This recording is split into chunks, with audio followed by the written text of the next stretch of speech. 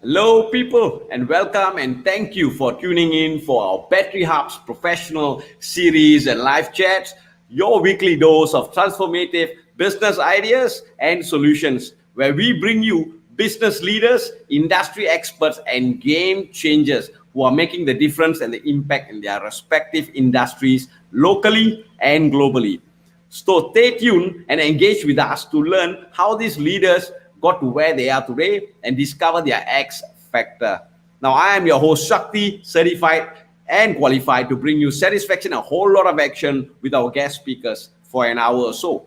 Now, today we have a special guest, but before I introduce the guest itself, I would like to actually thank all our viewers, every single one of you, to continuously, support and encourage us and giving all the feedback that you have given us. I would like to start the show by thanking you for all the feedback, and also thank you for suggesting potential speakers that we can bring up. And because of your request, we have brought a lot of speakers, which also includes our speaker today, Jacky Lim, as well as our next speaker, who's actually a lawyer, Michael Lowe. So with that, now I'm thrilled once again to bring on our guest today, Jacky Lim, a veteran in the financial industry with more than 15 years of experience. Now, he specializes in estate planning, where he advises and consults high net worth business owners to plan their legacies.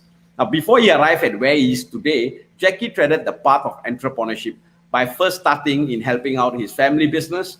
He then stuck on his own in real estate industry for many years before joining the next generation of entrepreneurs in the financial industry. Now, today, being a successful entrepreneur and business owner himself, Jacky mentors the next generation of entrepreneurs with the right skills, knowledge, and most importantly, the right mindset to succeed. So, without any delay, let me bring on Jacky Lim. Hey, hi, morning, Shakti. Morning, everyone that's on the line. Hi, Jacky.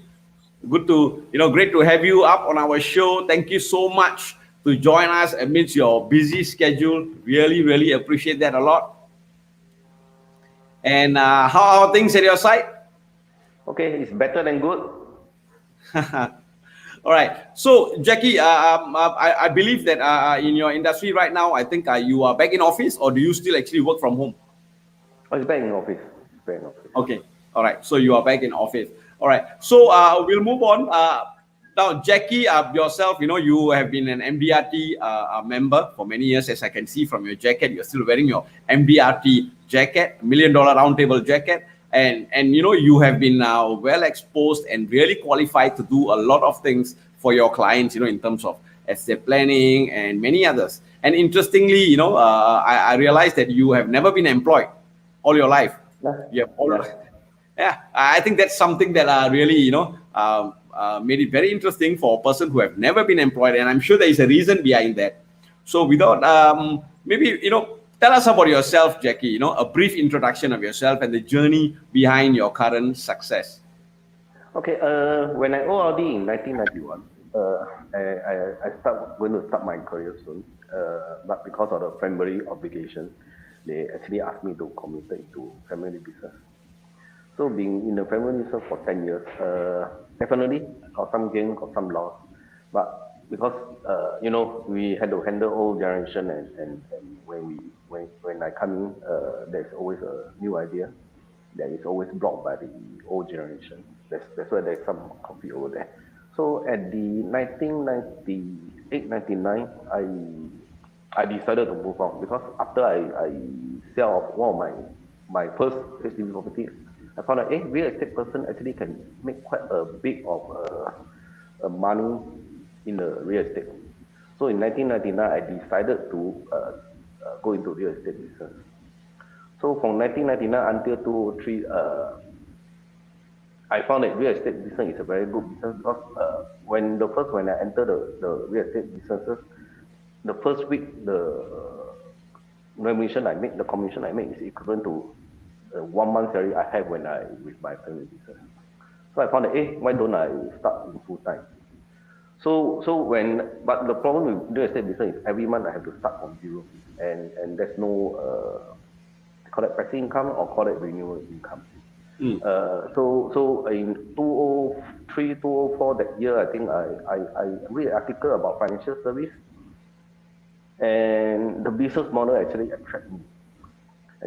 So in 2004, I decided to switch to financial service industry, and from there until now. And of course, year by year, there's some changes in the way I service most of my clients, and I keep on changing and keep on upgrading myself in order to adapt to the market. And so interestingly, Jacky, for yourself, you are very clear. I mean, being an entrepreneur all your life, you are very clear. And each time, you move from your family business to real estate to financial planning, you have always been looking at the potential of income and prospects. I believe that was the key reason why. But was there any major differences in the way you run your business when you were in each of it, especially real estate and financial planning?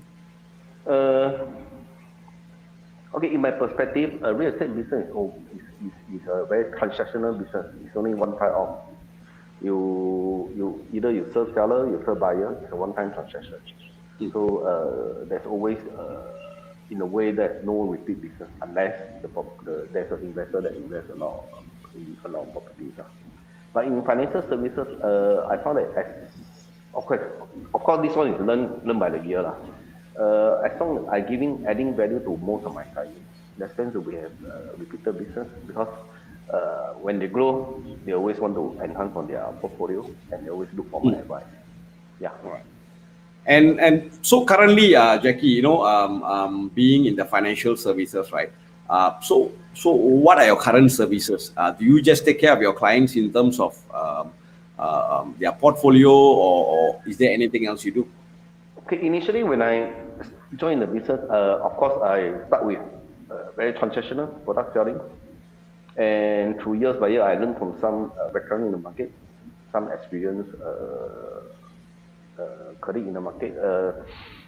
I found that actually by giving good advice, adding value to them, should be the long way to go. So year by year, I actually try to upgrade myself. Example, at 2008, I get my CAP.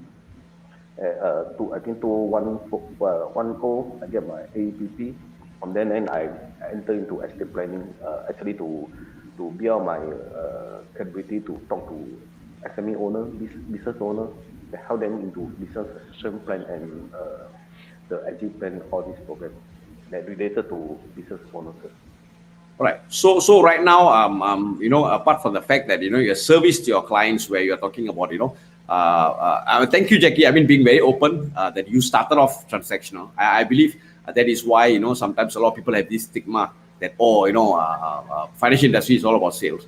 But I think it's about how you bring yourself up, right? You became an estate planner. You grew yourself. You make sure you have certifications and expose yourself to become an estate planner, not only for individuals but also business owners. But apart from that, do you do anything? Because what I know is that you have your own team, and I've noticed that you have been doing a lot of trainings, a lot of courses out there. So is that got to do anything with your business when you do those mentorship programs and so on? Okay, when I just joined the business, it's very self-independent. I had to go and look for my own idea, look for my own training. I had to go and look for people to give me advice. There's no real proper system that actually bring me to where I am now. So I found that I only have 24 hours a day, and there's so much of client I need to take care. So it's very limited for me to adding value to addition clients. So I found that if I can bring people to join me, and if I can give them a proper system that can train them to add value to most of my clients, actually I can multiply my services to most of the people. Yeah, that's the way I look at it. Yeah. And Jacky, what actually inspired you to be an entrepreneur, all your life, the fact that you have never been employed? Okay, to be an entrepreneur, I think the two key benefit is time is flexible. You can have a flexible time. Income is unlimited, but it all depends how you look at it. Flexible time can become no time, because if you don't have discipline and good habit, that discipline yourself to do the right thing and to invest your time in the right activities, you tend to have poor results on that. So flexible time, if you don't handle it well, will become actually a very disadvantageous to you because if you don't have discipline and habit with that. There's one keyword I learned from one of the mentor in USA, Jacky Lim. He told me, wake up employed. So this thing until today I still practice it is because every day wake up I will think I'm employed. That's why I will make myself come to office. I will make sure every day I got 2 to 3 appointments that can meet up with most of my clients. Yeah, unlimited income is another key benefit of becoming an entrepreneur. But the best job in the industry is a selling job. The poor job in the industry is a selling job. Depends how you put cost of management and bring the return for you. So if you don't have the good method and good way to generate the return, then will affect, of course, on the income. Yeah. All right, and quite interesting. Now that you talk about the sales, right? A lot of people have this mindset that there's a stigma behind sales, right? So sales job, but I think they fail to from all the business owners that have been having a live chat, including yourself, they fail to understand that sales is actually a very key component being an entrepreneur. It's not the whole thing. So I think it's a very important life skill and a skill set that any business owner must have, right? So Okay, sales is a very soft skill. Actually, every day we are doing sales. From the beginning, when we come to the world, we are actually doing sales. It depends the scale you have it. Example, when you are a baby, when you need milk, you will cry. So this one the skill to get what you want. So basically, selling is to get what you want. It depends how you put across the message. Of course, initially when I entered into the financial services industry or into real estate, basically it's selling product.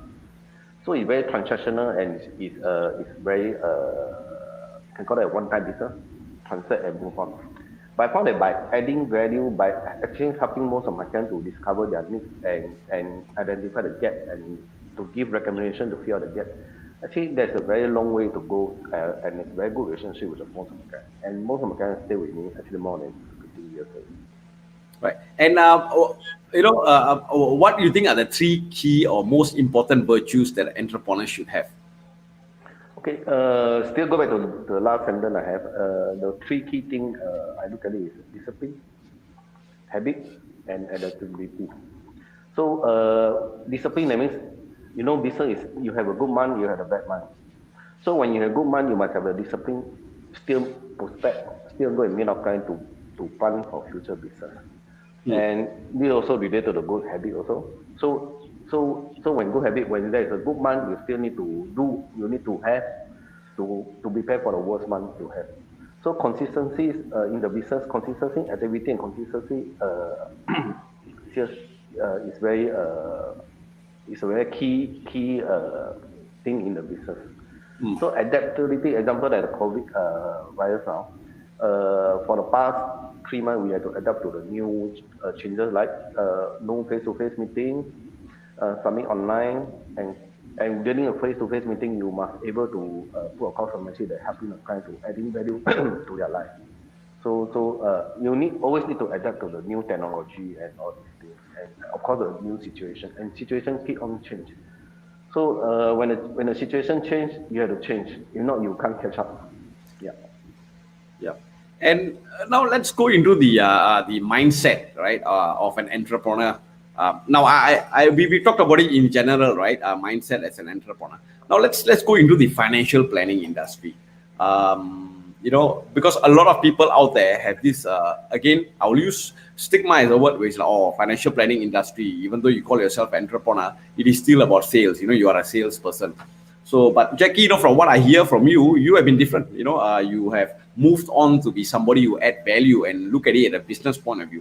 So, I would like to just ask you, in your experience, right, is there a big difference when a financial planner sees himself as a salesperson versus being a business owner? Is there a very big difference? There's a difference, definitely. Okay, to be the business owner or the entrepreneur in the financial service industry, you're not only a salesperson, you're the marketing person, you're the accounting, you're the CEO, you're basically you're running your own company. So depends how you put into the systems to run your business. You can be a sole proprietor that is only purely simple business. You can become a MMC. It depends how you run your business. So okay, like example, certain thing I'm not good at. Actually, I will get some professional to come in and join with me, and I will actually leverage on that skill to actually grow my business also. So of course, I can't go in everything. And when I know certain thing I'm not going, I will actually leverage on some expertise skills and actually leverage to help me to grow my business. So that's the way I look at it. Okay. So looking at this bigger picture, right? Quite interesting. In an industry that people think that you are just a salesperson. I like your view that you are the actual fact that you are a business owner, right? You have different components. We are talking about. Now, one key example is when you are so-called talking about sales. I sell, I make X amount of dollars, or that's my money. But when you're a business owner, we are talking about P&L, right? Your profit and loss. You have a cost. Like what do you say? You engage a professional to do certain marketing.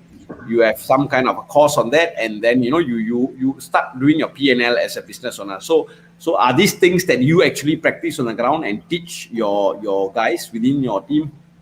Yeah, actually, we actually have a system that actually, okay, when the guy just joined me, the way I look at it is the first 90 days is very important to them. So we had a system that actually combine all these things to put across the idea to them. To initial, they have to think like entrepreneur. So all this actually is very important when they just enter the business. Because for my last 16 years experience, if I get to know this system well, my path to the where I'm now will be shorter. Rather than 15 years, maybe 10 years or 8 years, I will actually reach where I am now.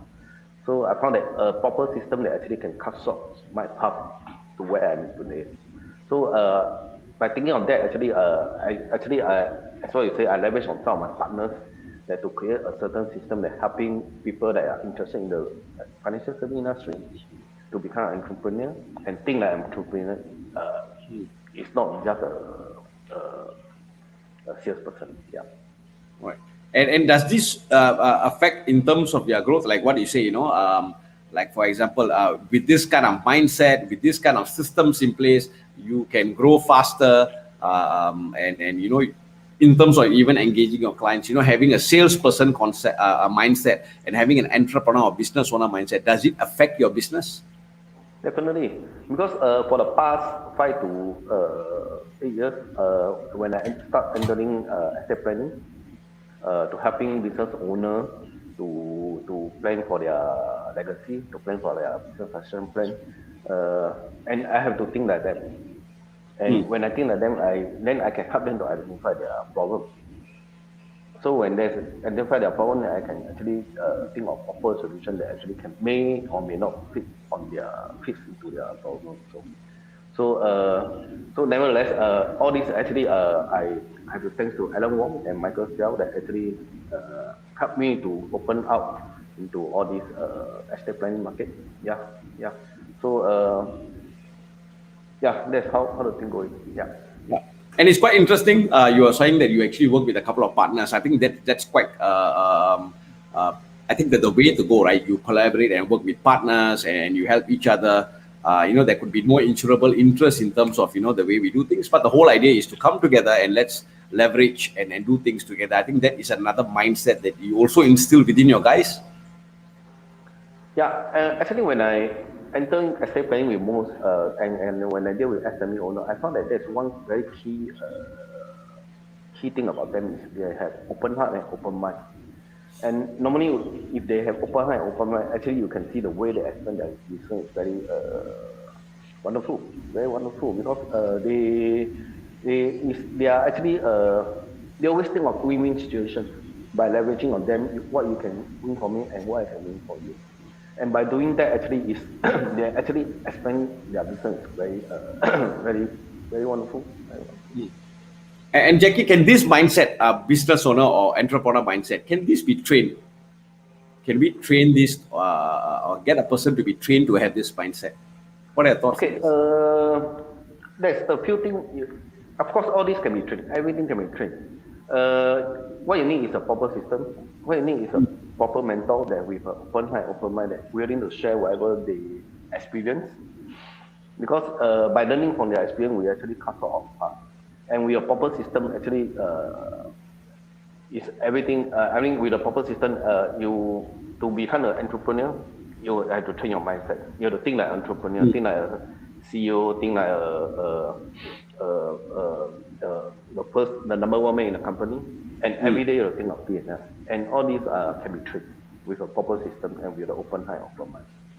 Wow. And currently, Jacky, I've noticed that you actually work with a couple of people, and you actually do such trainings to mentor, and you actually train not only your group of guys, but I think you have trained quite a fair bit. So when you train them, do you actually have a system to train these guys as a mentor? Okay, we have a system that consists of different modules. There is communication, people skill, closing skill, and those adapt to the new environment skills. Or this. Okay, if you can go to our Facebook. Then from there, if you're really interested in what is the program and what is the system, from there we can actually discuss more about that. Okay, all right. Thanks, Jacky. And now let's talk about the interesting topic that you said, right? Transactional versus looking at the business owner. I think when you say being a business owner, it's about building trust, right? Long-term relationship and trust with your clients.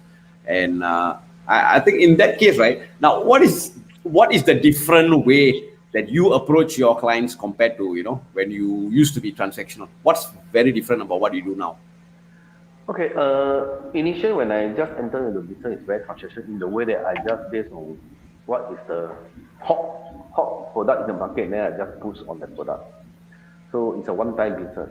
So along the way, actually, when I start, I think learning from a veteran in the market, I start helping them to discover their real needs other than just a product. So when I'm helping them to discover the real need through asking quality questions to them, I help them to discover. And from there, actually, they found that actually, rather than a product, they actually can there's other needs that actually is more to their concern other than just a product. And from there, when I'm doing all this, they actually start trusting on my advice. And when they and along the way, they're actually taking my advice very seriously, and they really take action on the advice. And do you have any example, or so I mean, of course, identities are never to be shared, but any examples of personal story that you felt good about helping someone? I have one client that just started work. And when every youngster, when they just started work, they are looking for some insurance, protection, or whatever. So when he come to me, he say he want a protection of 100K. So when I ask him why 100K, so the thing is, when he say 100K is just a number, I say, why you need 100K? So he just give me a number. I say, can you tell me how old are you? He said 25 years old. I said, for the past 25 years old, how much your parents spend on you to groom you? Where are you today? He said roughly about 500K. I think if this 100K, if something happen to you, you see what you're going to give to your parents? Do you think this 100K is more than enough to helping your parents by investing on you? So when we do a calculation, we found that actually he should get the coverage nothing less than 500K. So I say, of course, you are just entering your career. As time go by, we can start something that is in your comfort zone. When time go by, then we will year by year review. Then we will actually include on your coverage on all these. Yeah. So when I'm asking a question to them, actually helping them to discover. It's not just a number. It's what you want for your coverage. And do you do the same or similar kind of training even for the guys who join you, your mentees? Do you actually help them to do this questioning method, how you approach existing clients? Are these things part of your system when you train them? Yeah, this is part of the system. Just now what we mentioned is all into the communication module. So it's part of the system. And from then actually in the module we're actually having role play.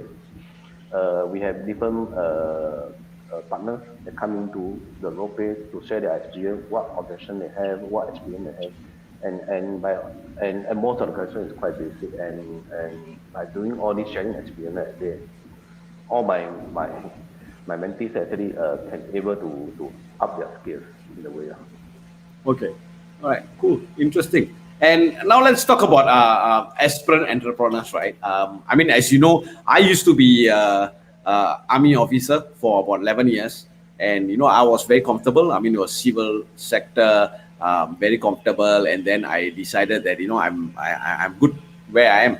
But then one day aspiration changed, and I decided. So for me, I think just to relook into where my first time when I came into entrepreneurship, I had fear, right? Concerns of can I take the step? Will I lose my income? Will I have the stability? Will I succeed? I think these were common concerns that people had.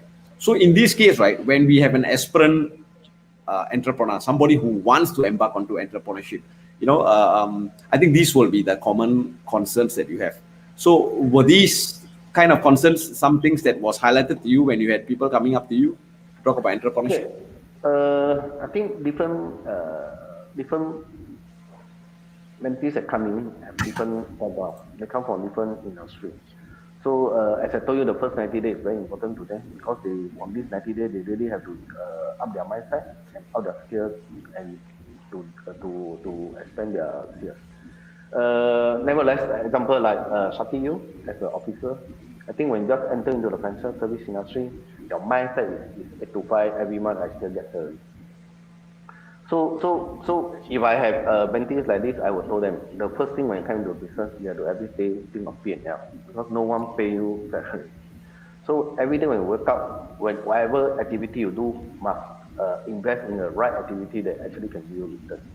If not, month by month, you can see your return is negative and you can't even cover your cost. And every day wake up, there's a cost. Example, if your cost today, every day your expenses, including installment, including house installment, car installment, and if your per day cost is $500 per day. So if you are not doing activity that can cover the $500, you are losing money. So anything above $500 per day, then is considered your profit. If you're making $600 per day, that means the $500 is cover cost, $100 is your profit. So they have to have the business mindset is every day wake up and think of how to cover the cost. And by doing that, you need to have a right activity and a right mindset to go into that stage. Yeah.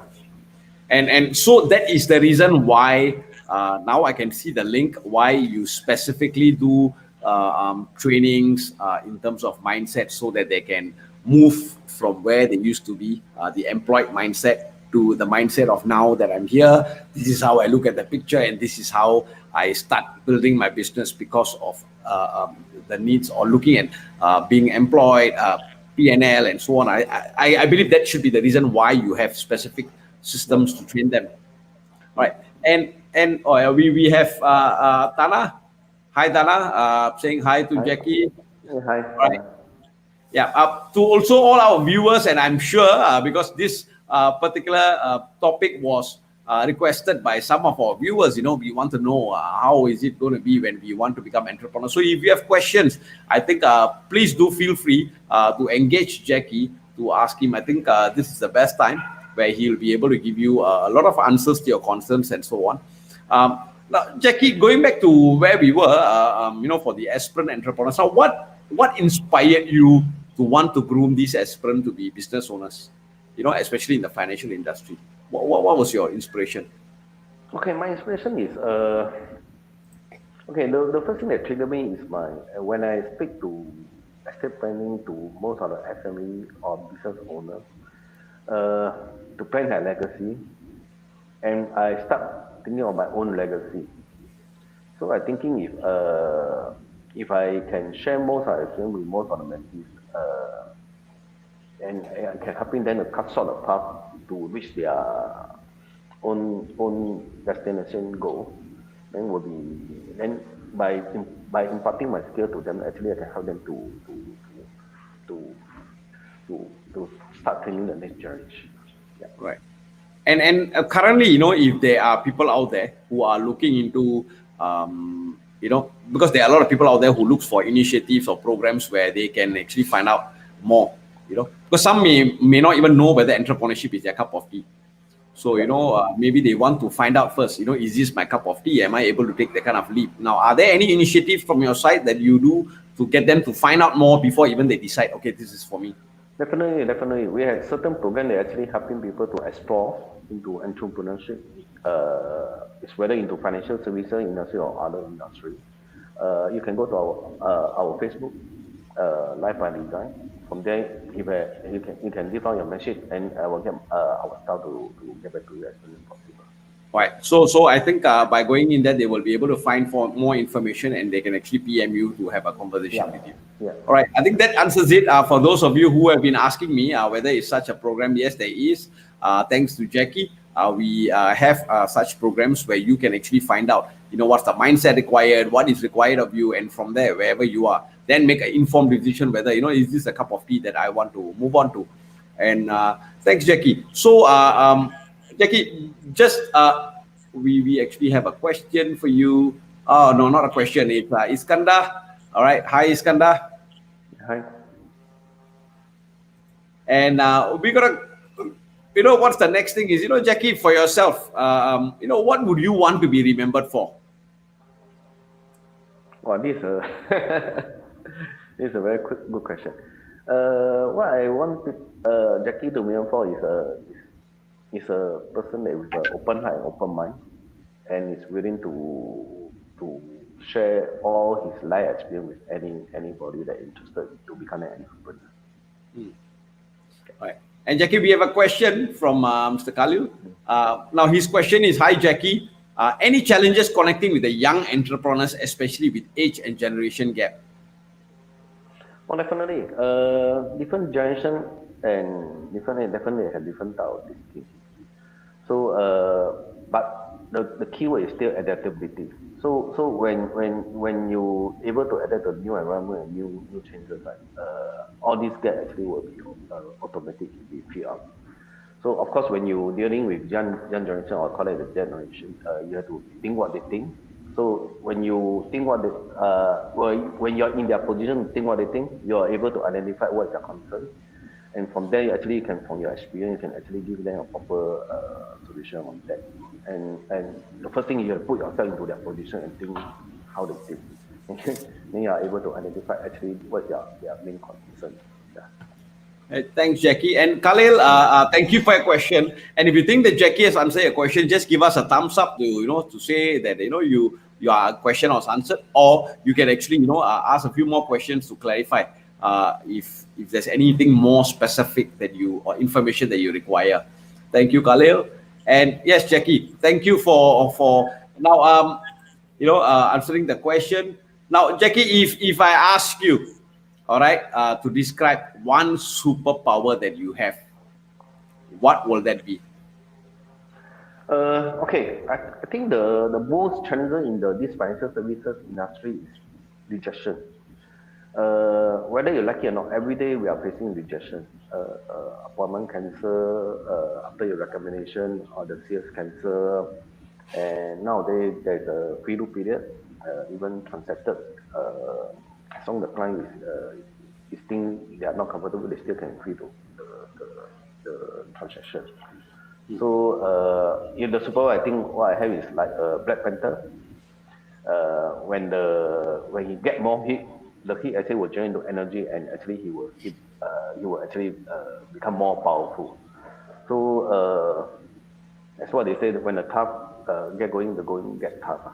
So you have to be able to stand the rejection and to react accordingly. Yeah. Right. And we have a question from Iskandar. Do you have a story in your life where you had your hardest and most painful rejection?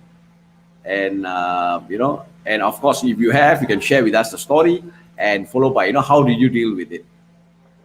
Okay. That is okay. Along the years, I still make some mistakes.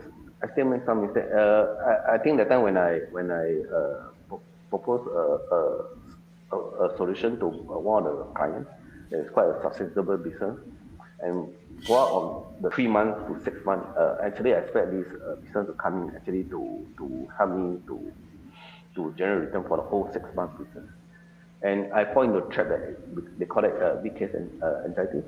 So Yeah. and after 6 months through the hard work, actually I get zero. It's one of the biggest rejection, and it's very painful. So after I learned from one mentor that say you have to close small cases to make you alive and close big cases to make you rich. Right? Along the way, I learned that actually when I waiting for the big cases to come in, along the way I should get some small cases to make me alive. So I learned from that. I learned through the hard way, and of course I changed the strategy and the way I doing things the next way. And I didn't let myself to be sit on that. I quickly come up and I react fast and able to recover back whatever returns that I lost for the past 6 months. Yeah. Right. Thanks, Jacky. And Iskandar, if you think that that question of yours or the example is good enough, just give us a thumbs up, and thank you once again for engaging Jacky. And Jacky, I just want to talk about, because you shared about being handling rejections, right? And I think this goes across any business. Rejections, we meet people, we talk to them, we expect deals to be done. Even I myself, I've faced a lot of rejections, and I've talked to a lot of other business owners whom I work with, and and they have talked about facing through rejection. So is there also a particular perspective or mindset that you must have to be able to handle rejections? Okay, still go back to rejection is something you can't avoid, regardless of what type of business you are in. As the more rejection you got, hopefully there's more cases are coming in. Just remember one keyword from one of the mentors in USA, secret. If you can help people to get what they want, enough people get one, you actually can get what you want. So still go back to the number again. Approach the more people the possible, and more rejection you get, and actually you will up your skill, your experience, and the next appointment you actually can overcome the rejection more. Yeah. Still go back to number game. Yeah. And interestingly, Jacky, you just said it. With my experience, in fact, a lot of people who have known you, they have always said that. Why? Because in sales, it's always about numbers, right? People talk about, the more people I meet, the more people I close, I'll get my dollars and cents. But I think your mindset was much more different. You don't go into the numbers of sales you make, but you go into the numbers of number of people you meet up to make a difference to them. It's a mindset that even prior to this chat you were sharing with me, that you just make a difference to people, the rest will fall in place. And how do you develop this mindset? Because usually people will have this thought of, hey, what is my revenue like? What is my profit like? So how did you develop this mindset that I just want to make a difference to people, the rest will fall in place? Well, okay. Actually, it's based on the past meeting experience when I facing a lot of rejection.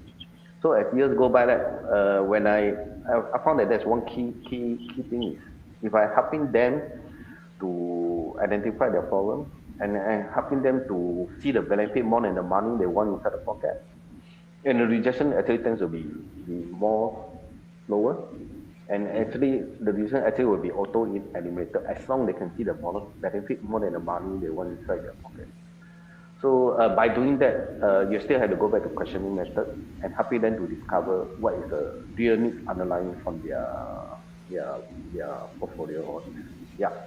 So of course, when you help them to identify the problem, you have to give them a proper solution, and you have to make sure to ensure that they're actually making a more informed decision based on whatever information at the point of time.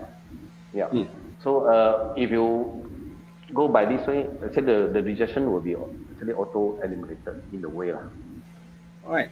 Thanks, Jacky. And as you were sharing earlier, right? This Live by Design initiative that you have with quite a number of professionals in the financial industry, you guys came together.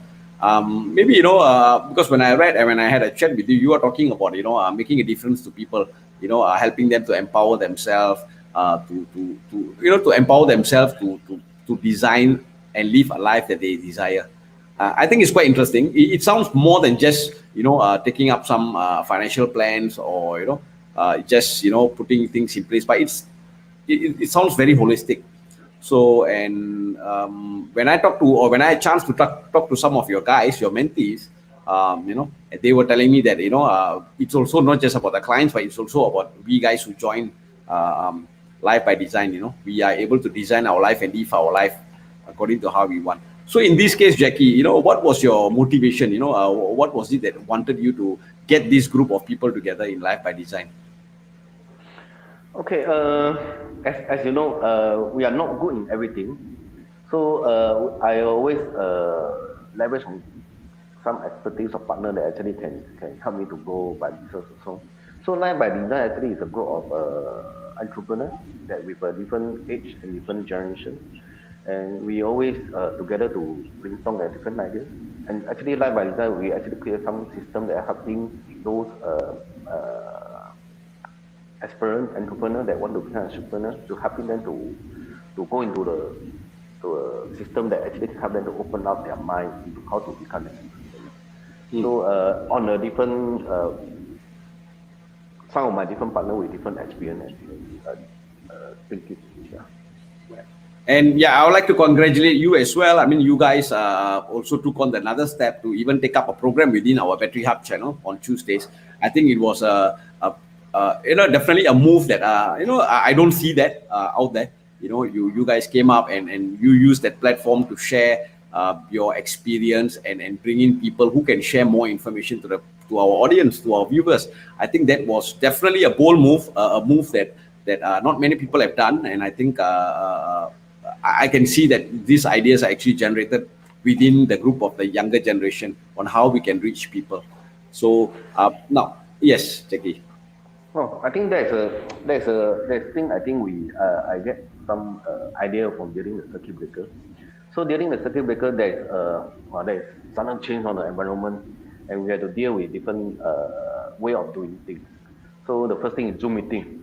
So when I started the Zoom meeting, I was quite kanchiong because I had to set out all this and had to position myself to make professional in front of the client all this.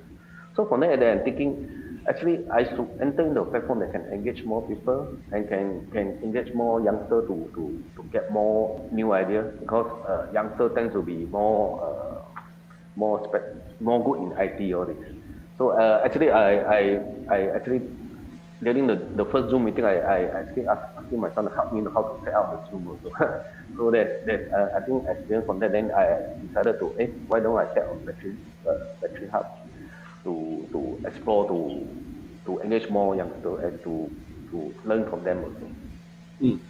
Right. And we have a question from Khalil. How do you train the young entrepreneurs in your team to have the right mindset? Okay. During this, if there's a young entrepreneur that decided to explore into the entrepreneur mindset into the industry, we had as I mentioned, we had a 90 days program that we have different modules that go into different skills. And from this during 90 days, he actually can decide whether he really is ready for the entrepreneur mindset. Yeah. All right. And thanks, Khalil. Thank you for your question. I hope that answers. So for all our viewers out there, entrepreneur aspirants, I think the key thing is, leverage on this situation, leverage on this opportunity, Life by Design, where if you think that you would like to know more, if you think that you would like to see for yourself whether it's something or a cup of your tea, I think just do feel free to go to the Life by Design Facebook page. Now, to help you guys, what I've done in the comment section of this chat, I actually had already put the link for this Facebook page. So you can also go in there and just click on the link. You can go into the Life by Design Facebook page, and of course, PM Jacky. But if for whatever reasons, you are not able to, no worries. You can always PM me, and I will link you up with the relevant people on Jacky's side. I think I'm more than happy to do that. Now, Jacky, moving on, what would be any word of advice for our viewers, especially, aspirant entrepreneurs who are currently engaged in our chat?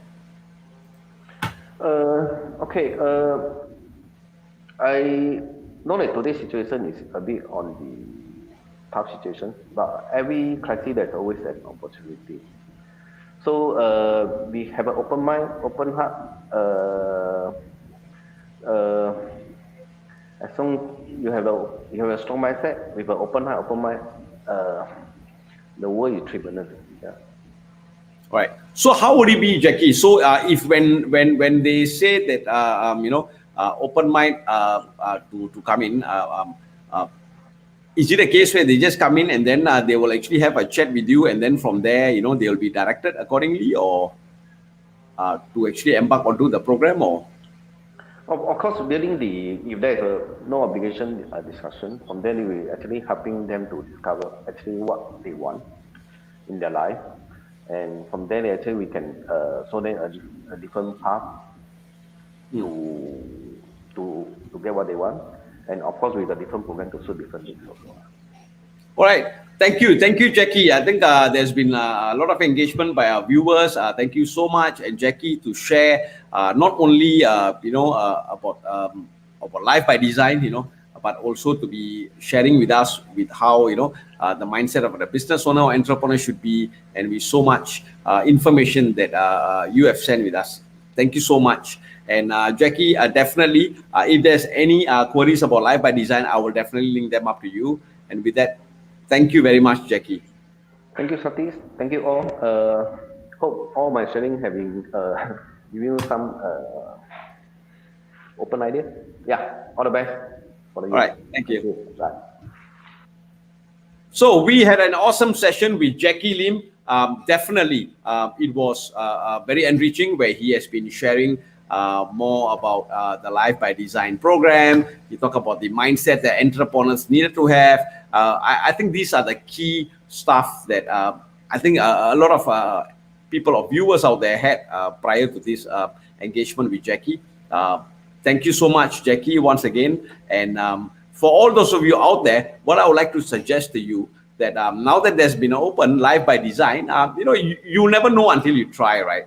So feel free, go out there and try to see, what is it that you can actually learn from this program. Find out more and see whether it's your cup of tea. If not, fine. But if it is, then there's something for you to gain. So with that, we have come to the end of our live chat for this week. Now, next week, what we're going to do is, again, because of a request, we have a couple of great speakers, business owners who are coming in to join for the professional series next week. So do feel free.